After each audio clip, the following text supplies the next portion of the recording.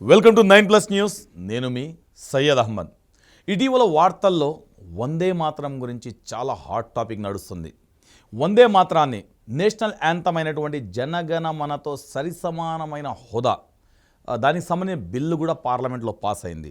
అంటే దాని అర్థము నేషనల్ యాంథమ్ని ఎవరైనా అపహాస్యం చేసినా కానీ, పాడుతున్నప్పుడు లేచి నిలబడకున్నా కానీ ఏ విధంగా చట్టపరమైన శిక్షలు ఉన్నాయో అదేవిధంగా వందే మాతరం అనే గేయాన్ని కూడా అదే విధంగా పార్లమెంట్లో దానికి సరిసమానంగా తీసుకొచ్చారు. సో దాని గురించి మాట్లాడడానికి మాతో పాటు ప్రముఖ వక్త విజయ విహార్ రమణమూర్తి గారు మాతో పాటు 9+ స్టూడియోలో ఉన్నారు. గురుగారు నమస్కారం, వెల్కమ్ టు 9+ స్టూడియోస్.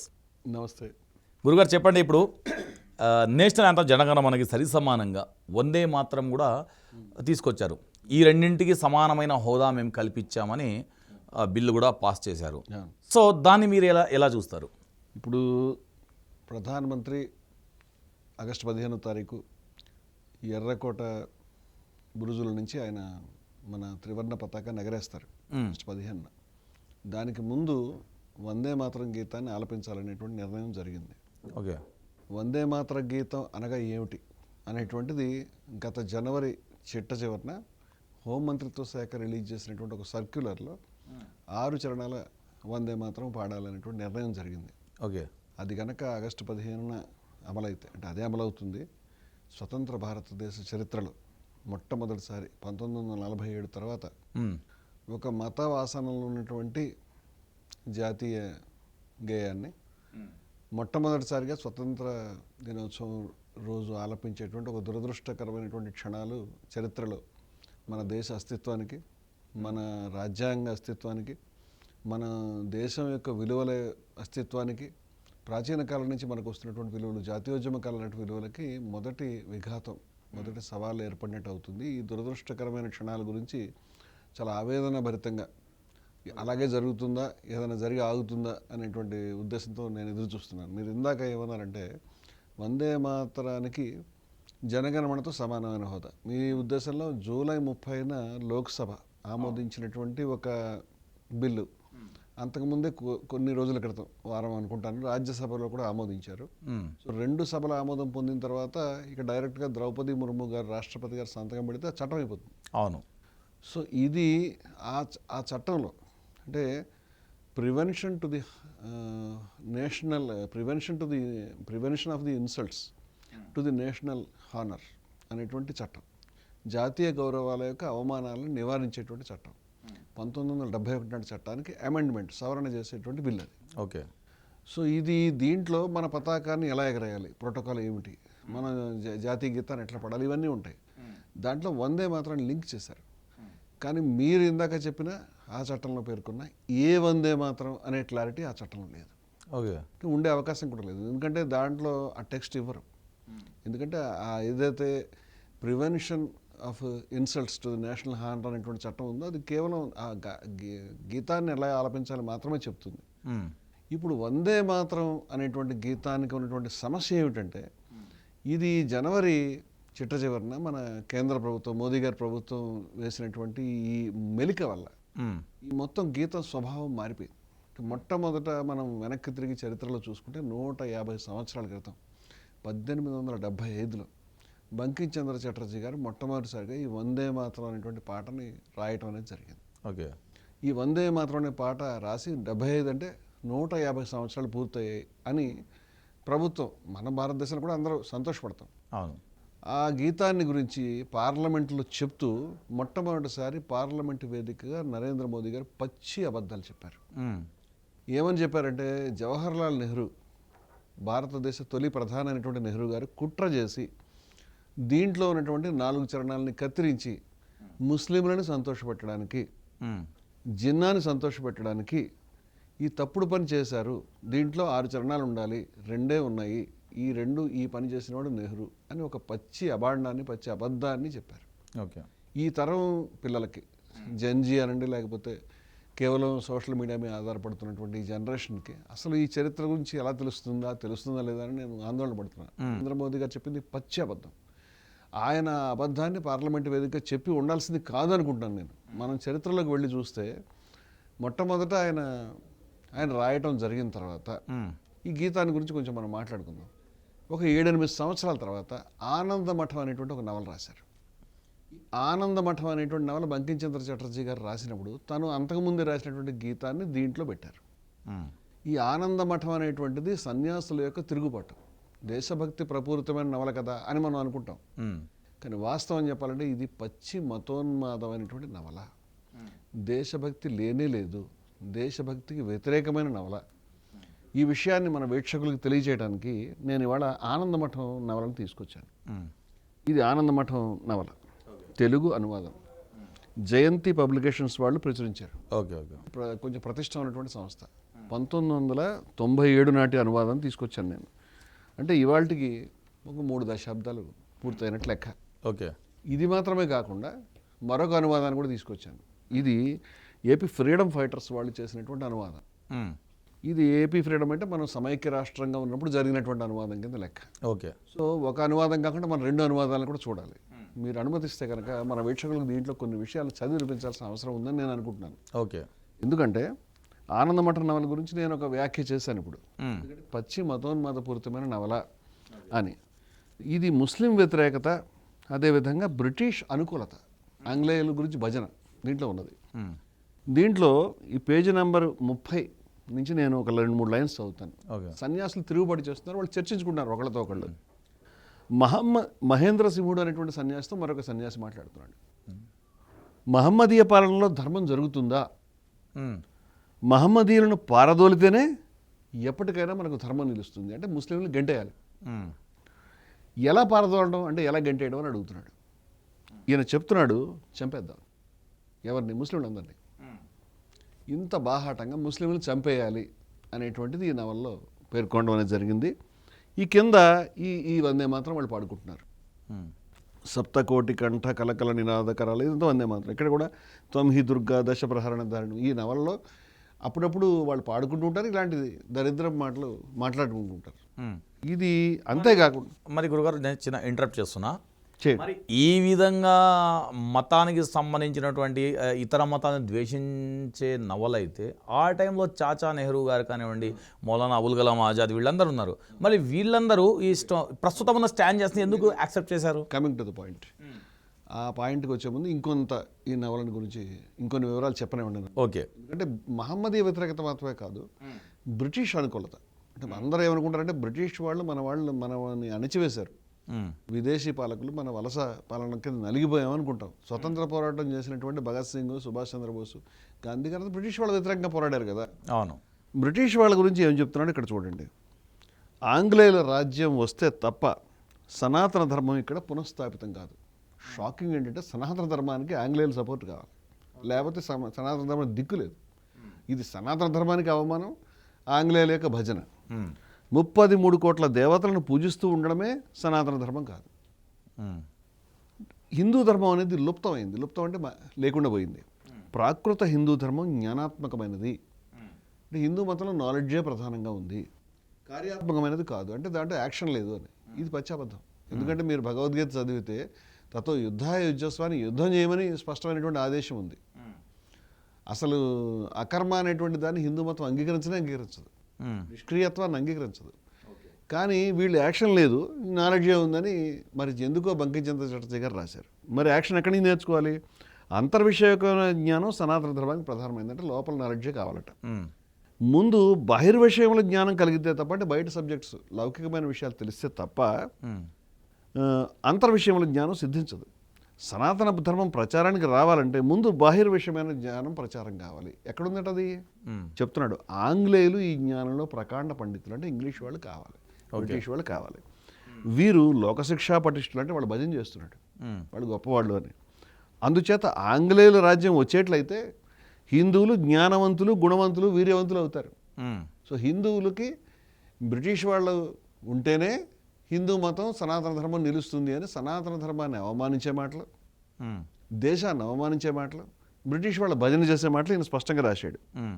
అంతేకాకుండా ఇంకా ఏమని చెప్తున్నాడంటే చివరి పేజీలో, అంటే కంక్లూషన్, ఈ నవల దేంతో అవుతుంది. ఇప్పుడు శత్రువులు ఎవరు? శత్రువులు అంటే ఎవరు లేరు, ఆంగ్లేయులు మిత్రులు. ఆయన స్వయంగా రాశారు. అంటే సంభాషణలోనే ఆంగ్లేయులు మిత్రులు, ఆంగ్లేయులతో యుద్ధం చేసి విజయం సాధించడం ఇప్పుడు పరిస్థితుల్లో సాధ్యమయ్యే పని కాదు. ఇవన్నీ కూడా 1880లలో బంకించంద్ర చటర్జీ గారు బ్రిటిష్ వాళ్ళని పొగుడుతూ, అదేవిధంగా ముస్లింలను ద్వేషిస్తూ, అంటే ఒకవేళ ఈ అనువాదంలో తప్పుడు అనువాదం జరిగిందేమో అని వీక్షకులకు ఎవరైనా అనుమానం ఉంటుంది కాబట్టి నేను ఇంకొక అనువాదం నుంచి కూడా కొన్ని మాటలు చదివినిపిస్తానండి. ఓకే.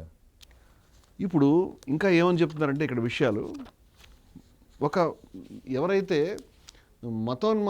మత కలహాలకు పాల్పడే వాళ్ళ మనస్తత్వం ఉంటుంది కదా, చంపడం, నరకడం, దోచడం, రేప్ చేయడం, ఇవన్నీ ఉంటాయి దీంట్లో.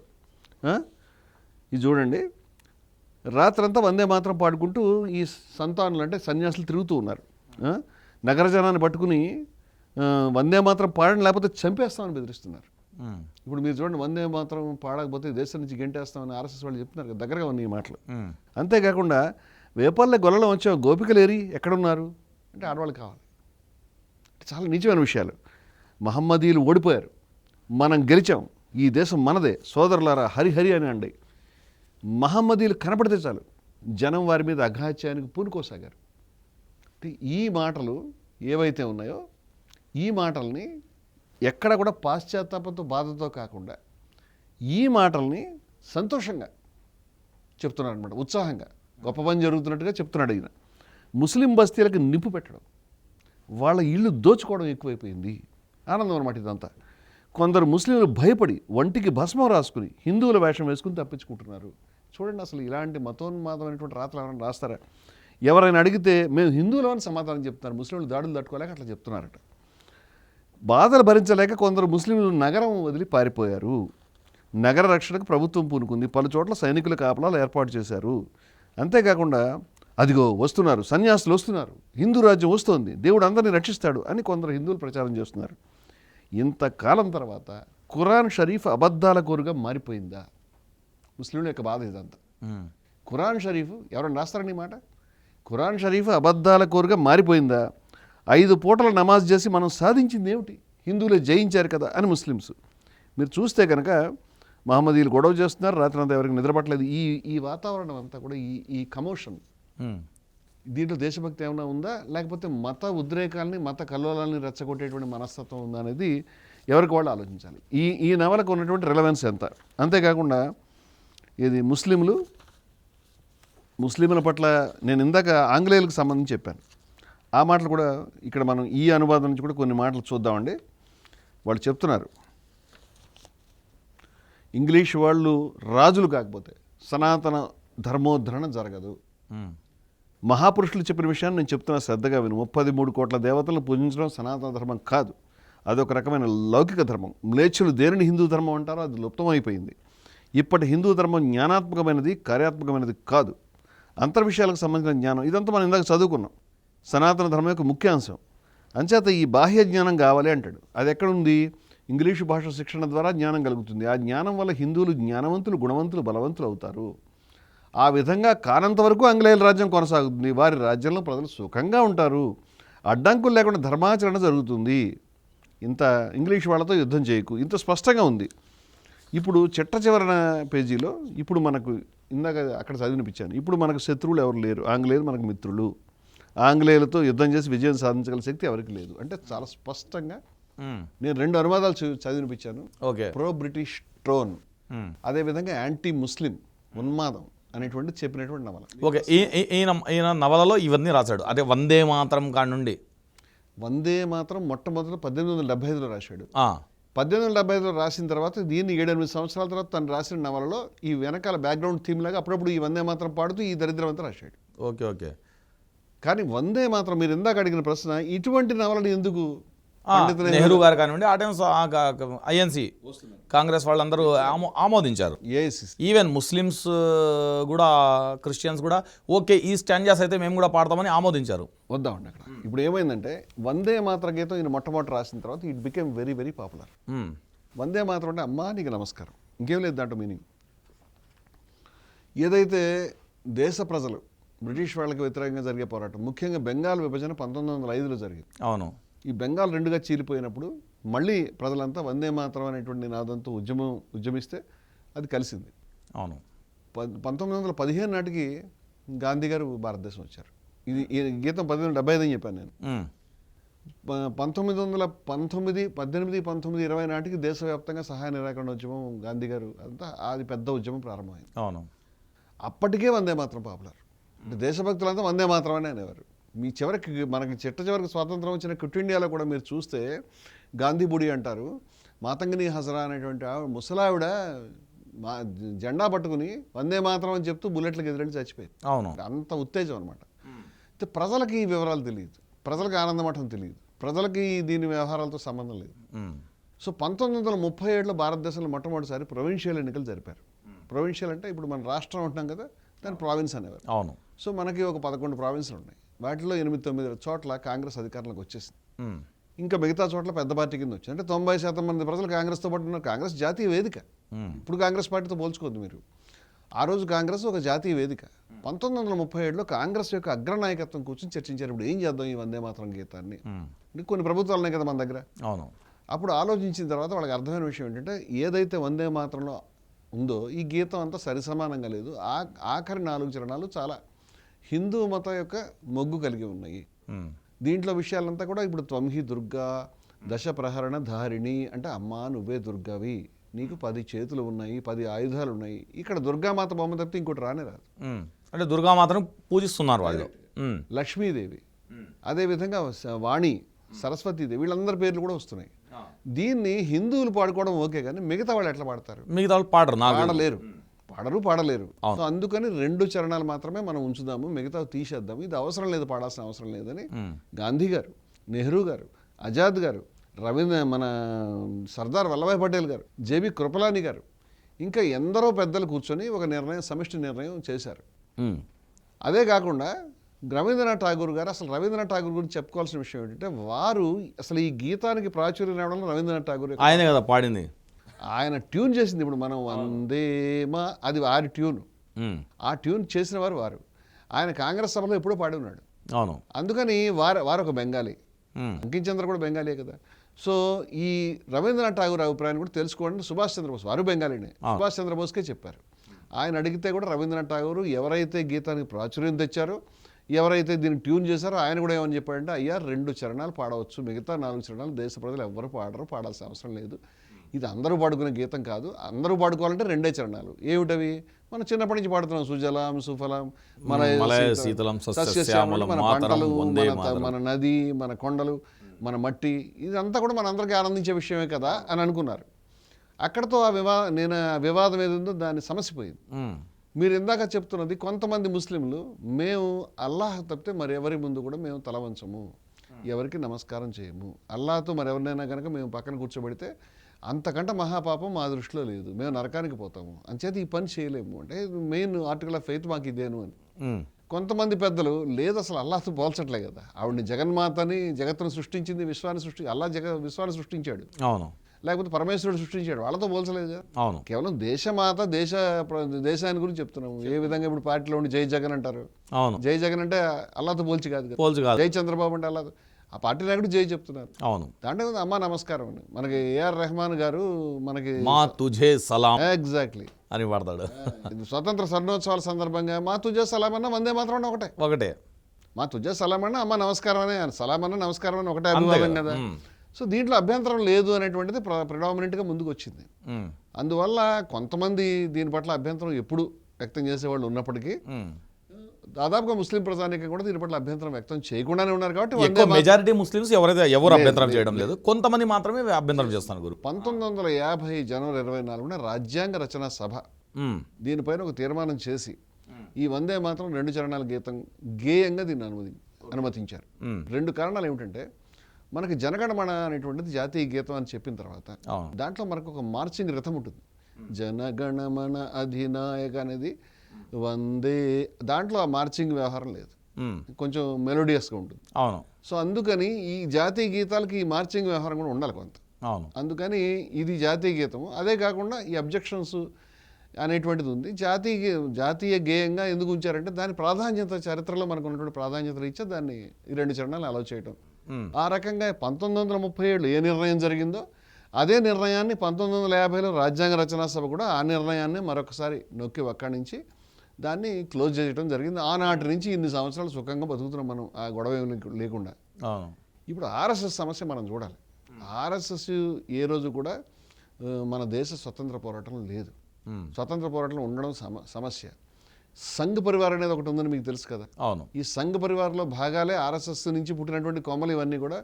విహెచ్పి కావచ్చు, బజరంగ్ దళ్ కావచ్చు, లేకపోతే మాతా శిశు విద్యా మందిర్లు కావచ్చు, లేకపోతే భారతీయ జనతా పార్టీ కావచ్చు, ఇవన్నీ సంఘ పరివార్లో భాగాలు.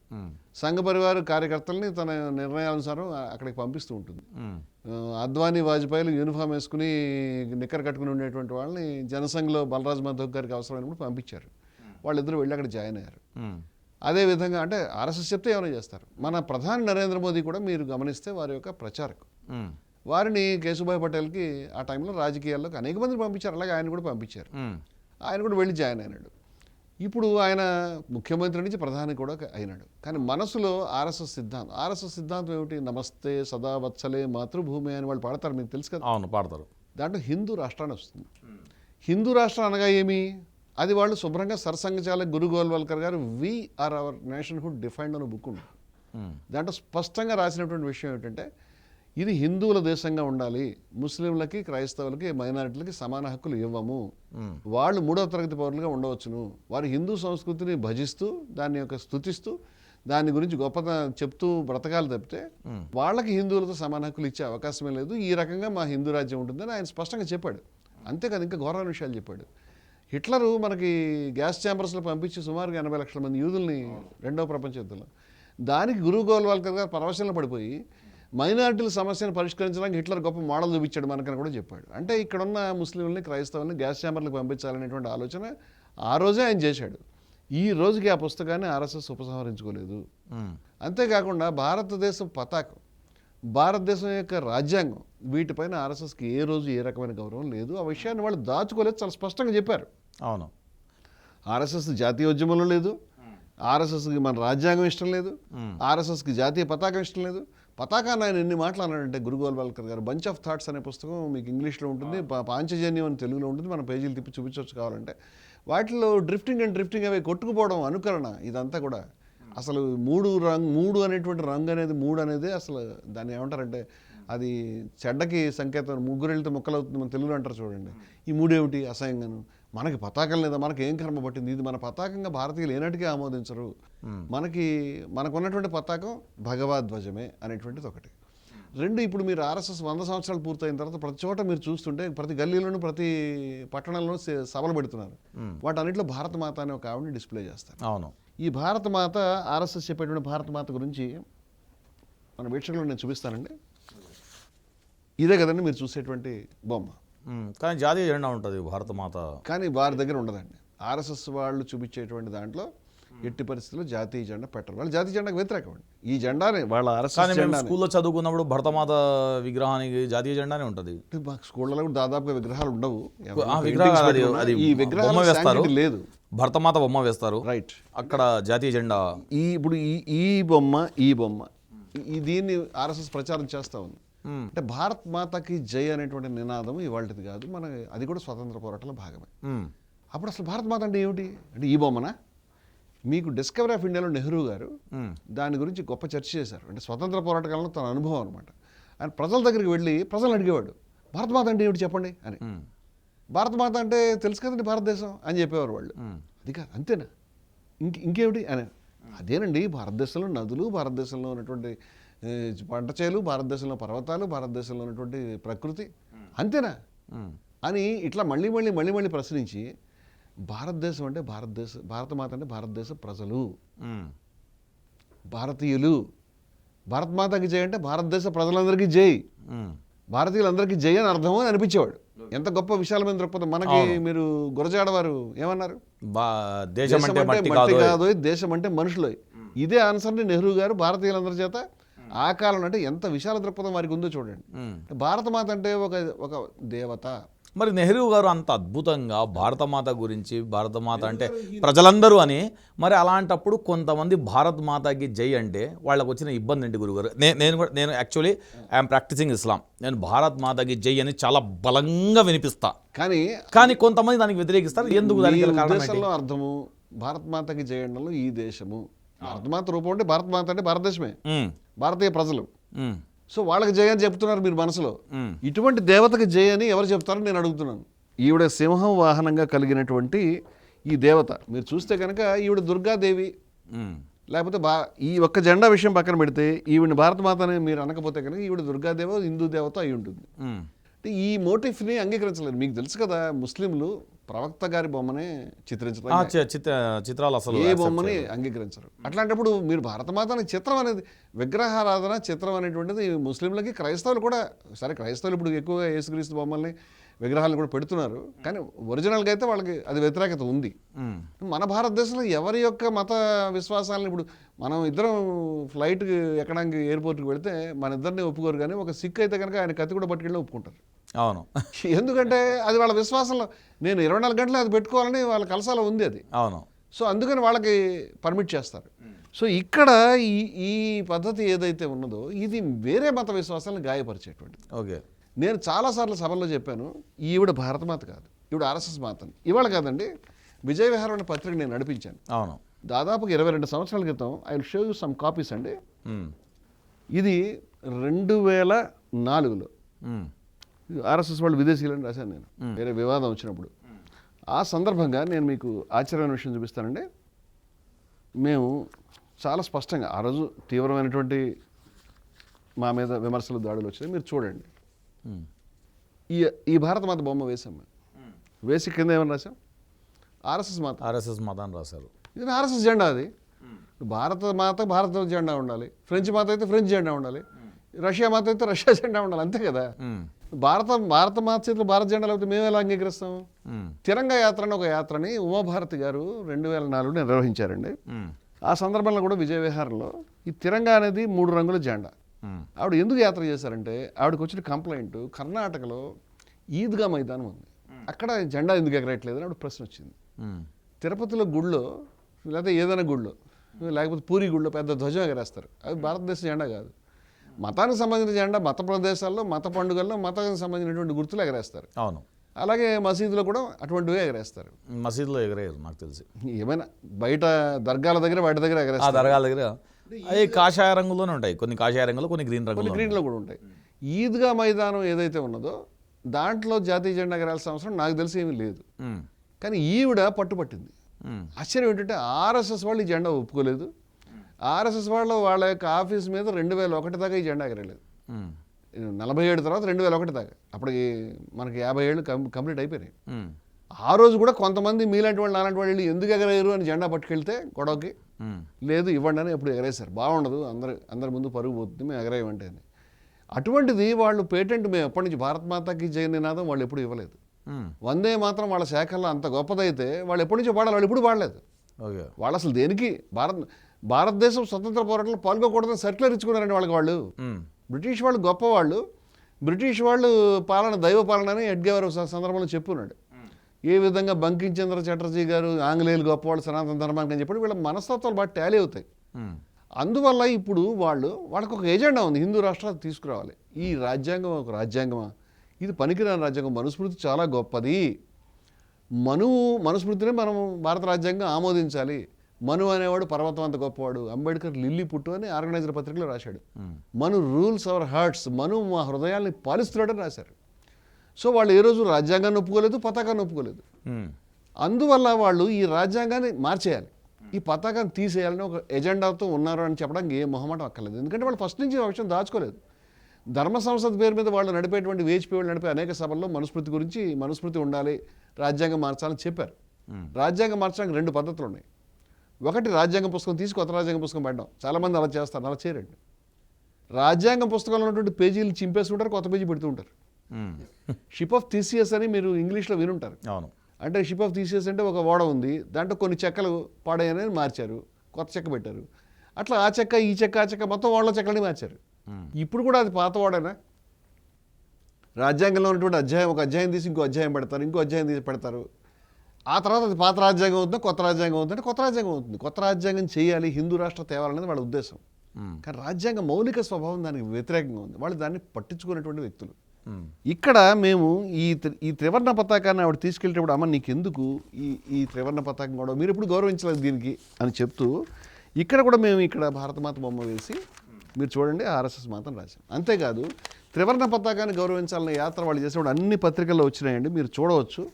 త్రివర్ణ పతాకాన్ని వాళ్ళు రైల్లో వెళుతూ ఆ కార్యకర్తలు దాని మీద పేకాడుకుంటున్నారు, దాని మీద మందు కూడా తాగుతున్నారు. ఈ దృశ్యాలు అన్నింటిలో వచ్చినాయి. మేము ఇంత గౌరవం ఉంది మీకు, అసలు గౌరవమే లేదు పతాకం మీద అని మేము చెప్పాం గతంలో.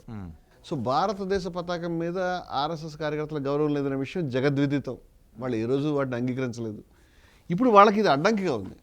మీరు మోదీ గారు గతంలో అబ్కి బార్ 400 పార్ అన్నారు, మీకు గుర్తుందా? అవును, గుర్తుంది. 400 దాటి ఉంటాయి. నా డౌట్ ఏంటంటే 400 దాటి ఉంటే వచ్చే ఆగస్టు 15కి ఈ 4 రోజుల తర్వాత ఆయన ఎగరేసే జెండా, ఆయన 400 దాటలేదు కాబట్టి 3 రంగులు ఎగరేస్తున్నాడు. అదర్వైజ్ ఆయన ఇదే జెండా ఎగరేసేవాడు. నేను చాలా సభల్లో ఈవిడ భారతమాత కాదు, ఈవిడ భారతమాతని చెప్తే ఏమండి, ముస్లింలు భారతదేశంలో 20 కోట్ల మంది ఉన్నారు. క్రైస్తవులు, నేను అప్రాక్సిమేట్ చెప్తున్నానండి, క్రైస్తవులు ఇంకో 5-6 కోట్ల మంది ఉంటారు. ఇంకా మీరు ఇంకా ఎక్కువ మంది ఉంటారు బహుశా. బౌద్ధులు, జైనులు, ఇంకా వేరే వేరే పర్షియన్లు, యూదులు, ఇలా లెక్కేస్తే చాలామంది వచ్చేస్తారు. అంతమంది అంటే వాళ్ళు యూరోప్లో ఏ దేశంలో కూడా ఇంత జనాభా లేరండి. జనమే మొత్తం ఉండరు, అంత చిన్న దేశాలు అవి. ఇంతమంది జనాభా, కోట్లాది మంది, 30 కోట్ల మందిని నా పిల్లలు కాదని ఒళ్ళొంచి తోసే ఆవిడ మా మాత అవుతుందా, మా తెల్ల అవుతుందా? ఈ జెండా ఉన్నంతకాలం ఈవిడ ముస్లింలు ఆమోదించడం, ఈవిడ ముస్లింలు ఈవిడ తల్లని కూడా, ఈవిడ ముస్లింల తల్లని కూడా సాధ్యం కాదే. భారతదేశ పతాకం ఉండాలి కదా అని మా ప్రశ్న. దీన్ని ఎవరైనా భారతమాత అంటే వాళ్ళని క్రిమినల్గా ప్రాసిక్యూట్ చేయమని నేను చాలాసార్లు చెప్పాను. కానీ దురదృష్టమైన సంఘటన ఒకటి చెప్తాను నేను మీకు.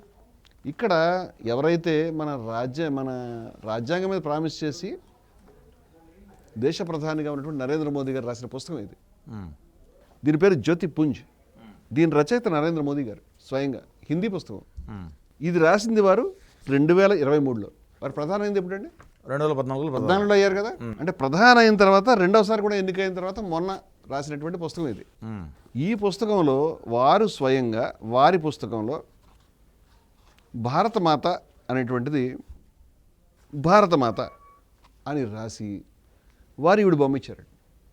ప్రధాని పని చేయొచ్చా? రాజ్యాంగంలో ఏం రాసి ఉంది, ఏ పతాకం ఉన్నది?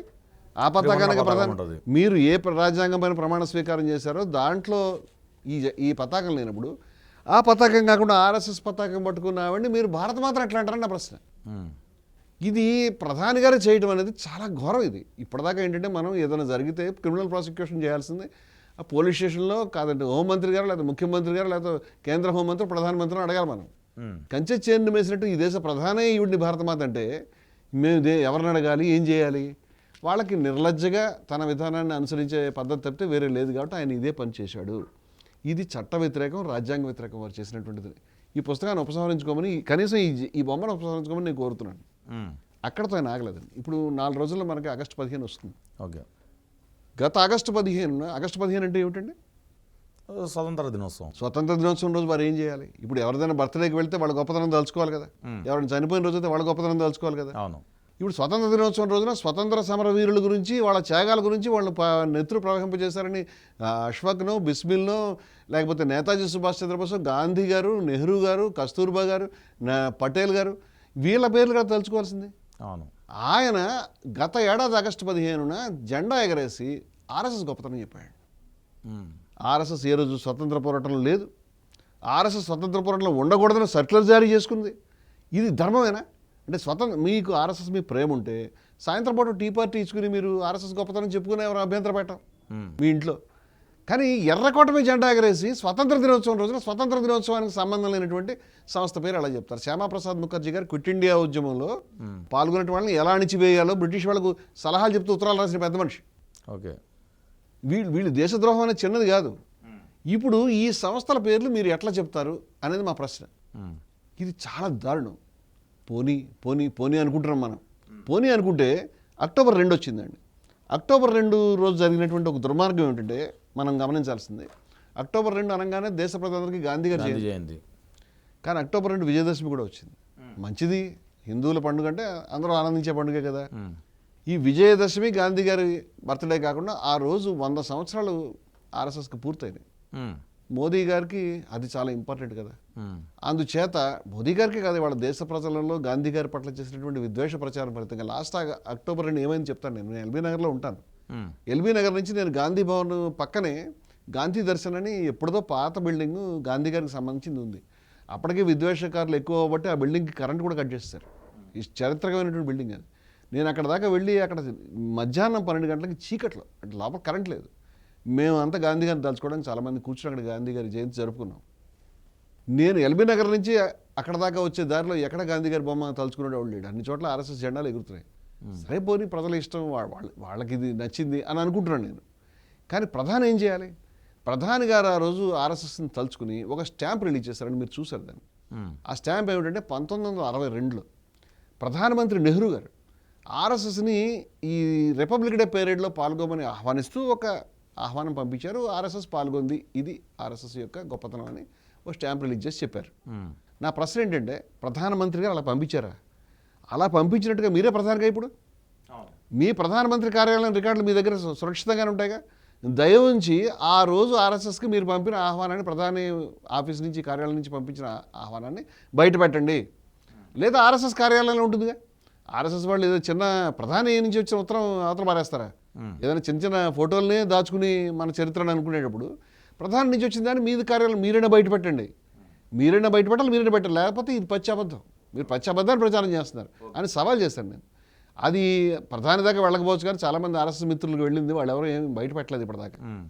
అదే రోజు వారు ఇంకొక పని కూడా చేశారండి. ఇది మీరు చూడండి.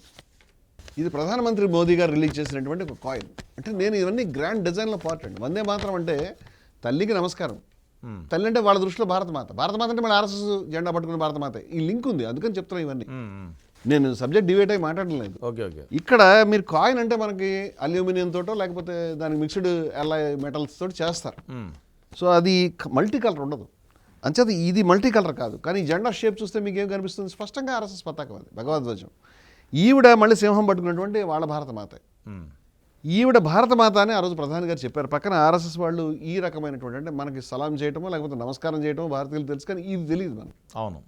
ఇది ఈ నల్ల టోపీలు, ఈ బెల్ట్లు, ఈ నిక్కర్లు, ఈ వ్యవహారం ఏది మా హిందూ మతానికి సంబంధించినవి అయితే కాదు. ఎక్కడ నుంచి తెచ్చారో వాళ్ళే చెప్పుకోవాలి. వాళ్ళు ఈ రకంగా ఏదైతే ప్రణామం చేస్తున్నారో దాన్ని చూపించి ఇప్పుడు భారతమాతకు సంబంధించి, ఆర్ఎస్ఎస్కి సంబంధించి ఆయన చెప్తూ ఇది భారతమాత అని ఆయన చెప్పడం జరిగింది. ఆయన ఒక ప్రధానిగా మొట్టమొదటిసారి ఏమండి ఆర్ఎస్ఎస్ డబ్బులతో నాగపూర్లో ఖర్చు పెట్టుకుని మీరు కాయిన్ రిలీజ్ చేసుకోండి నేనేమన్నా. ప్రధానమంత్రి గారు తన సొంత డబ్బులతో, నాకు అభ్యంతరం లేదు, కానీ నా డబ్బులు కదండి, ట్యాక్స్ పేర్ మనీ కదా. దేశ ప్రజలందరికీ సంబంధించిన విషయంలో దేశ ప్రజలకు చెందని, రాజ్యాంగంలో లేని భారత పతాకాన్ని పట్టుకొని భారతమాతని మీరు ఎలా రిలీజ్ చేస్తారు? ప్రభుత్వం డబ్బుతో. ప్రధాని ఎట్లా చేస్తారు? ప్రభుత్వం యొక్క మింట్ కాంపౌండ్లో దీన్ని ఎట్లా ప్రింట్ చేస్తారు? ఇది చాలా దారుణం, ఇది రాజ్యాంగమైన దాడి, దీన్ని అర్జెంట్గా విత్డ్రా చేసుకోవాలని నేను చాలా సభలో చెప్పాను. ఇదంతా ఎందుకు చెప్తున్నానంటే సిస్టమేటిక్గా వాళ్ళ ఐడియాలజీని, హిందూ రాష్ట్ర ఐడియాలజీని ఇన్ఫ్యూజ్ చేసే ప్రయత్నం చేస్తున్నారు. ఈ బ్యాక్గ్రౌండ్లో ఈ పని చేసిన తర్వాత అక్టోబర్లో, నవంబర్ నెలలో వందే మాత్రం సంబంధించినటువంటి 150 సంవత్సరాలు పూర్తి కావటం, నేను ఇందాక చెప్పినట్టు పార్లమెంట్ వేదిక మీద వారు అబద్ధాలు చెప్పడం, ఆ తర్వాత జనవరి నెలలో ఈ జనవరి రిపబ్లిక్ డే పీరియడ్లో 4 చరణాలు ఏవైతే మనం ఇందాక ప్రస్తావించుకున్నటువంటి తొమ్మిది దుర్గా, దశ ప్రహరణ ధారిణి అని ఏవైతే దుర్గాదేవి స్థుతి ఉన్నటువంటి వాటిని వాళ్ళు ప్రదర్శించారండి శకటాల కింద.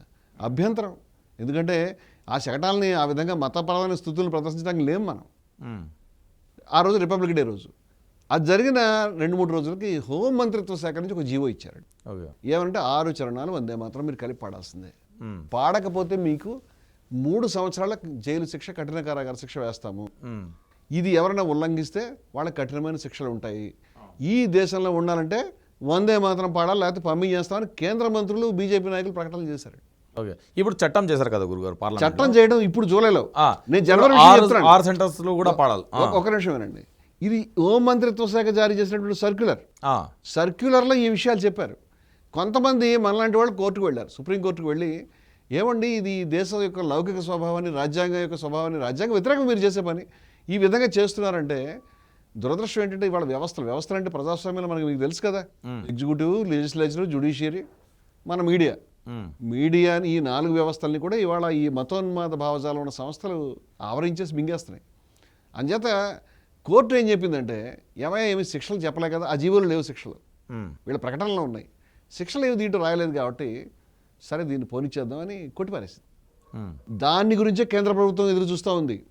ఈ ప్రభుత్వం ఎంత జిత్తుల మారితనంతో వ్యవహరించిందంటే సుప్రీంకోర్టులో కొట్టేదాకా వెయిట్ చేసి కొట్టిన తర్వాత అంటే జనవరికి జూలైకి మధ్య గ్యాప్ చెప్తారు, ఎవరు చర్చించట్లేదు దీని దేశంలో. జనవరి నుంచి జూలై దాకా జరిగినటువంటి గ్యాప్లో ఈ సుప్రీంకోర్టులో కొట్టివేసిన తర్వాత మళ్ళీ ముందుకు వచ్చి ఈ ఏదైతే నేను ఫస్ట్ చెప్పానో prevention to the insults, prevention of the insults to the national honour అనేటువంటిది ఈ 1971 నాటి చట్టానికి అమెండ్మెంట్ చట్టాన్ని వీళ్ళు తీసుకొచ్చి దాంట్లో జాతీయ గీతాన్ని గురించి జెండా గురించి చెప్తే ఇది వందే మాత్రాన్ని దాంట్లో పెట్టలేదు వాళ్ళు. ఈ వందే మాత్రానికి కూడా 3 సంవత్సరాల శిక్ష అని ఇప్పుడు యాడ్ చేశారు. అంటే ఇదే పని వాళ్ళు ముందర చేస్తుంటే కనుక సుప్రీంకోర్టులో దీన్ని కొట్టివేయబడేది బహుశా. అవును, వాళ్ళు సుప్రీంకోర్టు అయిన తర్వాత చేస్తారు చాలా తెలివిగా. మీరు చూడండి చాలా క్యాలిక్యులేటర్గా వెళ్తున్నారు, ఎవరు పట్టుకోలేకపోతున్నారు వాళ్ళు. ఇప్పుడు ఈ 6 స్టాంజాలు పాడమనే పార్లమెంట్లో బిల్ పాస్ చేశారు. మీకు పార్లమెంట్లో పాస్ చేసినటువంటి బిల్లో 6 స్టాంజాలు 2 స్టాంజాలు ప్రసక్తి లేదు, కేవలం వందే మాత్రం పేరు ఉంటుంది. ఆ చట్టం స్వభావం అదే. కానీ హోంమంత్రిత్వ శాఖ జారీ చేసిన సర్క్యులర్ ఉంది కదా, అది ప్రభుత్వగా. ఈ 2 సర్క్యులర్ చట్టం కలిపితే మీకు చాలా డేంజరస్ లెతల్ వెపన్ అయిపోయింది. అవునవును, అంటే ఇది ఇలా ఎందుకు చేశారని అడుగుతున్నాను నేను. అసలు మీరు కనీసం దీన్ని ఈ రకంగా పాడాలని చట్టం చేయలేదే, మీకు కూడా తెలుసు అది రాజ్యాంగ వ్యతిరేకం అని. అవును. ఇంకో ప్రశ్న ఏమిటంటే అసలు హోంమంత్రిత్వ శాఖ ఏం సంబంధం అంటే, నేను స్కూల్లో వందే మాత్రం పాడాలి జనగణ పాడాలో హోంమంత్రిత్వ శాఖ శాంతి భద్రతలు చూసుకోవాలి. అవును, మీకెందుకు సంబంధం? మేము జనగణ పాడతాం, మీ అవసరం ఏంటి? దాని విద్యాశాఖ, సాంస్కృతిక శాఖ, లేకపోతే న్యాయశాఖ ఎవరైనా చేస్తే అర్థమయ్యేది కనీసం. హోంమంత్రిత్వ శాఖ ఏ విధంగా సర్క్యులర్ జారీ చేస్తుంది? జారీ చేసినటువంటి సర్క్యులర్లో 6 చరణాలని రాజ్యాంగ వ్యతిరేకమైనటువంటి విషయాల్ని మీరు హిందువులకు సంబంధించిన స్థుతిని పాడమని మిగతా వాళ్ళ మీద మెడమీ కత్తి ఎందుకు పెడతారు? నేను ఒక హిందూ సంస్థకి ప్రధాన కార్యదర్శిని, Hindus for plurality and equality సంస్థ ప్రధాన కార్యదర్శిగా నేను మాట్లాడుతూ ఉన్నాను. మా హిందువులకు ఏనాడు ఇతర మతస్థులు నెత్తి మీద కత్తి పెట్టి అలవాట్లేదు. అవును, మీరు ఖచ్చితంగా ఇది పాడాలని మేము ఎప్పుడు మా చరిత్రలో శివాజీనో లేకపోతే కృష్ణదేవరాయలో వాళ్ళు మసీదులు, శివాజీ స్వయంగా తన పట్టాభిషేకం మసీదు కట్టించుకున్నాడు. అవును, ఆయన ఎప్పుడు ప్రజల మీద మీరంటే మీరు అదే చేసుకోవాలని చెప్పాడు ఆయన. అంటే మా హిందూ మతంలో ఇప్పుడు కాదండి, వేదంలోనే ఏకం సత్ విప్రా బహుధా వదంతి, ఏ రకంగా ఉంటే ఆ రకంగా ఉండండి, ఉన్నది ఒకటే, దాన్ని పలు రకాలుగా స్తుతించుకోవచ్చు. అవును, మా గీతలో ఏ యథామాం ప్రపద్యంతే తాము తదైవ భజ, అంటే ఏ రకంగా మీరు పూజిస్తే ఆ రకంగా కనిపిస్తానయా అని. ప్రపంచంలో ఏ మతంలో కూడా ఇటువంటి సహనపూరితమైనటువంటి మాటలు లేవు. నన్నే పూజించకపోతే చంపమనే మాటలు ఉన్నాయి. అది పక్కన పెడదాం. హిందువులకి అలవాటు లేనటువంటి ఈ పద్ధతిని చూసి ఇప్పుడు ముస్లింలు, క్రైస్తవులు హిందువులుగా కన్వర్ట్ కావట్లే కదా, హిందూ ధర్మాన్ని ఆచరించట్లే కదా. వాళ్ళ ధర్మంలో ఉంటూ వాళ్ళు హింసపడుతూ బాధపడుతూ పాడితే మాకే సంతోషం దానివల్ల. మా మతంలో అటువంటి నిర్బంధం లేదే, మేము ఎవరినైనా తొక్కేయాలని అనుకోవట్లేదే. ఈ విధానం హిందూ వ్యతిరేకం, అంచేత హిందూ సంస్థగానే ఖండిస్తున్నాను. ఈ విధానం దేశ వ్యతిరేకం, ఈ విధానం రాజ్యాంగ వ్యతిరేకం. ఈ విధానాన్ని జిత్తుల మారితనంతో ఒక సర్క్యులర్, ఒక చట్టం తెచ్చి ఇదైతే ముందుకు ప్రవేశపెట్టారు. ఇప్పుడు మనకి కొన్ని రోజుల్లోనే ఆగస్టు 15 జెండా అన్ని దేశం అంతా ఎగరేస్తారు. దయ ఉంచి నేను రేవంత్ రెడ్డి గారిని మీ వేదిక మీద నుంచి విజ్ఞప్తి చేస్తున్నాను. చంద్రబాబు నాయుడు గారు, రేవంత్ రెడ్డి గారు, విజయ్ గారు, మన ముఖ్యమంత్రులు ఉన్నారు కదా, వీళ్ళందరూ దక్షిణాది రాష్ట్రాలు, ఉత్తరాది రాష్ట్రాలు, కర్ణాటక, కేరళ అన్ని ముఖ్యమంత్రులు కూడా శాంతి భద్రతలకు సంబంధించిన జీవో కాదనే హక్కు మీకు ఉంది. అంచేత మీరు దయ ఉంచి 2 చరణాల వందే మాత్రమే అని స్పష్టం చేయకపోతే ఒక ముస్లిం ఉపాధ్యాయుడు, ఒక ముస్లిం విద్యార్థి, లేకపోతే ఒక క్రైస్తవ విద్యార్థి, ఒక నాస్తికుడు, ఒక బౌద్ధుడు, ఒక జైనుడు, ఒక కేంద్ర ప్రభుత్వ, రాష్ట్ర ప్రభుత్వ ఉద్యోగి ఈ ప్రభుత్వ కార్యాలయాల్లో జరిగే కార్యక్రమంలో ఇది ఎలా పాడతాడు? పాడితే దుర్గాదేవిని స్తుతిస్తే కనుక అల్లాహ్ పక్కన కూర్చోబెట్టినట్టే కదా, మహాపాపం చేసినట్టే కదా. ఇప్పుడు మీరు పాడితే మహాపాపి, పాడకపోతే దేశద్రోహి అంటే వీడు. మీరు ముస్లింలని దాన్ని ఏమంటారు, పెనంలో లేకపోతే పొయ్యిలో అంటారు కదా, ఎక్కడ నిలబెట్టారంటే వీళ్ళు పరమ దుర్మార్గులు వీళ్ళు. అంటే వాళ్ళు గతంలో మనం వందే మాత్రాన్ని పాడకపోయినా జనగణమన ఎవడు పట్టించుకున్నాడు ఎవడు లేడు. ఈ చట్టం ఉంది, ఎవరిని ఇంప్లిమెంట్ చేశారా? ఒకప్పుడు సినిమా థియేటర్లో వేసేవారండి లాస్ట్లో జనగణమన, అందరూ లేచి వెళ్ళిపోతున్నారు. ఎందుకంటే సినిమా అయిన తర్వాత ఆవలించుకుంటూ ఆ సినిమాని తలుచుకుంటూ పోతాడు, కానీ అప్పుడు ఆ టైంలో దేశభక్తి గుర్తురాదు. వెళ్ళిపోతున్నాడు కాబట్టి ఎందుకు ఈ గొడవని తీసేశారు, మళ్ళీ పెట్టారని చెప్తాను నేను చూడలే సినిమాలు. అయితే నేనేమంటానంటే ఇప్పుడు మీరు ఏదైతే ఈ రకమైన పద్ధతి ఉందో బయట వాళ్ళని వదిలేస్తారు కానీ ముస్లింని వదిలిపెట్టరు. ఆ స్కూల్ మొత్తానికి 2 ముస్లిం ఉపాధ్యాయులు ఉన్నారనుకోండి, విద్యార్థులు ఉపాధ్యాయులు కూడా ఇతన్ని 1000 కళ్ళతో చూస్తారు, ఇతను పాడుతున్నాడా లేదా. పాటలేదు దేశద్రోహి. వెంటనే ఇప్పుడు మన దగ్గర ఫోన్ కెమెరాలు రీల్స్ చేసేసి పలానా ఉపాధ్యాయుడు పాడలేదు, ఆ టైంలో పక్కకి వెళ్ళాడు, ఈయన దేశద్రోహి. హిందువుల మీద ఉండదు ఈ ప్రెషర్. ముస్లిం తనను 1000 సార్లు ప్రూవ్ చేసుకోవాలి. ప్రూవ్ చేసుకుంటే మతం ఒప్పుకుంటుందా? ఇదేం దుర్మార్గం. ఇప్పుడు అందరూ ఆవు మాంసం తినాలి అని ఒక రూల్ పెట్టారనుకోండి, చట్టంలో ఏదైనా చేయొచ్చుగా. దేశం గురించి ఆ రోజు అందరూ ఆవు మాంసం ప్రసాదంగా తీసుకోవాలంటే హిందూకి ఎంత కష్టం ఉంటుందండి? చేయగలుగుతాడా? హిందూకి అది పాపం కదా ఆయన దృష్టిలో. హిందూ ఆ పని చేయలేడు కదా. ఇప్పుడు హిందూకి అంత పాపమైనటువంటి పని ఎవరు చేయమని అడిగినా మనం తప్పనే చెప్తాం కదా. అవును. ఇది కూడా అటువంటిదే కదా అంటాను నేను. ఈ దుర్మార్గమైనటువంటి ప్రయత్నం చేయడం ద్వారా వీళ్ళు మొట్టమొదటిసారి మనం ఇప్పటిదాకా నడుచుకుంటూ కుంటుకుంటూ వెళ్తున్నామండి. కొన్ని కష్టాలు వచ్చినా ఈరోజు భారతదేశం మనం గర్వంగా చెప్పుకునే మన భారతదేశం, మన సుభాష్ చంద్రబోస్, మన గాంధీ గారు, మన పటేల్ గారు, మన నెహ్రూ గారు ఇంత సమున్నతమైన చరిత్ర ఉన్నటువంటి దేశాన్ని వాళ్ళ కష్టాల పాలు చేశారు, వీళ్ళు చిక్కుల్లో పెట్టేశారు. అందుచేత ఈ దేశ ప్రజలకు వచ్చిన కష్టాన్ని తొలగించడానికి నేను ఇప్పుడు కూడా చెప్తున్నాను, కేంద్ర ప్రభుత్వం దాన్ని ఉపసంహరించుకోవడం న్యాయం. మీరు కనుక నిజాయితీ ఉంటే, మీరు రాజ్యాంగబద్ధంగా ప్రమాణం చేసిన వారు కనుక అయి ఉంటే, మీరు ఈ తప్పుడు రాజ్యాంగ వ్యతిరేకమైనటువంటి జీవోను ఉపసంహరించుకుని ప్రజల్ని కష్టాలు పెట్టే ప్రయత్నం మానుకోండి. నాకు తెలిసి ఎందుకంటే నరేంద్ర మోడీ గారు చాలా సందర్భాల్లో కొన్ని వీడియోలో కూడా చెప్పారు, పండగల రోజు ముస్లిం ఇండ్ల నుండే మాకు భోజనాలు వచ్చేటివి. అండ్ బీజేపీ కానీ అంటే హిందుత్వ ఎజెండా కూడా ముస్లింలకు ఇబ్బంది పెట్టడం కాదు, ఒకవేళ ముస్లింలకు ఇబ్బంది పెడితే అసలు హిందూ ధర్మమే అది కాదని నరేంద్ర మోడీ చాలా వందల సార్లు దుర్గా దశ ప్రహరణ ధారిణి అనేటువంటిది ముస్లింలని క్రైస్తవులని ఇబ్బంది పెట్టింది, అది బలవంతంగా పాడు అని చెప్పారు నేను నమ్ముతున్నా. నా వంటి హిందువులు ఏదే అది బలవంతం చేయరు, ఆ విధంగా పాడమని బలవంతం చేస్తారని నేనైతే నమ్మడం లేదు. చట్టం తెచ్చి చదివినిపిస్తాను మీకు. ఆ చట్టంలో మీరు కనుక దాన్ని ఉచ్చరించి పాడకపోతే అసలు ఎవరికి RSS వాళ్ళు కూడా రాదు అది. ఎందుకంటే జెండాలు మీరు పాడలేరు అసలు. అవును, అది ఏం బట్టి కొట్టే చిన్నది కాదు, అది చాలా సంక్లిష్టమైన సంస్కృత సమాసాలతో ఉంది. దాన్ని అంతా పాడలేరు. కానీ అలా మీరు పాడాలి, అవసరమైతే సర్క్యులేట్ చేయమన్నారు. మొదట ప్రింట్అవుట్స్ తీసి సర్క్యులేట్ చేయండి అన్నారు. చేసిన తర్వాత మీరు పాడకపోతే, గొంతు కలపకపోతే మిమ్మల్ని దేశద్రోహి అనడానికి, మిమ్మల్ని జైలుకి పంపించడానికి రెడీగా ఉన్నారు. నేను దేశ ప్రజలకు ఏమని పిలిపిస్తున్నాను, హిందువులు ముస్లింలు అందరికి కూడా. నేను ఇప్పుడు కాదండి, నేను 6 నెలల నుంచి చెప్తున్నాను ఈ విషయం. ఈ ఆపద అంటూ వస్తే ముస్లిం సోదరులు ఒక్కళ్ళే దీన్ని నిలబెట్టి, లేకపోతే క్రైస్తవ సోదరులు నిలబెట్టడం కాదు, హిందువులు కూడా చెప్తున్నాం మేము. ఈ జంజీ వాళ్ళు ఇప్పుడు నీతికి దానికి సంబంధించి ధర్మేంద్ర ప్రధాన్ రాజీనామా చేయాలి, మాకు నీట్ సరిగా లేదు అని చెప్పారు కదా. చాలామంది విద్యార్థులు చనిపోయారు, చాలా గొప్ప ఉద్యమం చేశారు, వాళ్ళకి నమస్కారం. కానీ కొంతమంది విద్యార్థులు చనిపోయేటువంటి, కొంతమంది విద్యార్థుల భవిష్యత్తు కంటే కోట్ల మంది దేశ ప్రజల్ని వాళ్ళ సంకటనలో, దేశ ఉనికిని, దేశ భవిష్యత్తుని సంకటనలో పడేటువంటి ఈ పరిణామం సందర్భంగా జంజీ బయటకు రావాలి. నేను అడుగుతున్న విషయం అంటే అందరం 2 చరణాలు పాడదాం, అవసరమైతే జైలుకి వెళ్దాం. ఆ రోజు మనం 2 చరణాలు పాడతాం అని ప్రకటిద్దాం.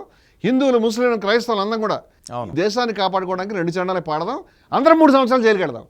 ఆ పని ఏదో ముస్లింలని క్రైస్తవులని నిలబెట్టడం కాదు. ఈ తరుణంలో ఈ పని మనం చేయకపోతే కనుక ఈ దేశాన్ని మనం కాపాడుకోవడం సాధ్యం కాదు. ఆ కష్టం లేకుండా రేవంత్ రెడ్డి గారు నేను విజ్ఞప్తి చేస్తాను, మా ప్రభుత్వం, రాష్ట్ర ప్రభుత్వం 2 చరణాలు పాడమని మీరు జీవో ఇవ్వండి, మీకు అధికారం ఉంది, మీకు విజయ్ గారు ఇవ్వండి, చంద్రబాబు నాయుడు గారు ఇవ్వండి. ఎందుకు ఇంత బాధలు పెడతారు మిమ్మల్ని ఎన్నుకున్న దాని గురించా? అయ్యా, శాస్త్ర సాంకేతిక రంగాల్లో యూనివర్సిటీల్లో మన దేశం ప్రపంచంలో నెంబర్ 1 జనాభా. అవును, 100 యూనివర్సిటీల్లో టాప్ యూనివర్సిటీ ఒక్కడ ఇండియన్ లేదండి. విద్య విషయంలో నాసిరకం, ఆరోగ్య విషయంలో నాసిరకం, ఇన్ఫ్రాస్ట్రక్చర్ విషయంలో నాసిరకం, R&D విషయంలో డబ్బులు ఇవ్వరు బడ్జెట్లో.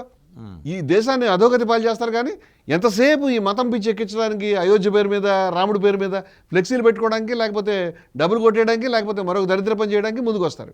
ఎంతకాలం అండి మతం పేరు మీద రెచ్చగొట్టడం? ఎందుకు ఇలా మతం పేరు మీద రెచ్చగొడతారు? ఏమి సాధిస్తారు ఇలా మతం పేరు మీద రెచ్చగొట్టి? ఎవరైనా ఎంతకాలం అధికారంలో ఉంటారంటే 5 ఏళ్లే కదా. ఏమండి, ఎన్నిసార్లు ఎన్నికవుతారు? నరేంద్ర మోదీ గారు మనిషికి ఒక జీవితం 80 ఏళ్ళు 90 ఏళ్ళు బతుకుతాము, ఇంతే అన్నం తింటాము, లక్షాధికారి అయినా లవణమన్నమే కానీ అని అన్నారు కదా.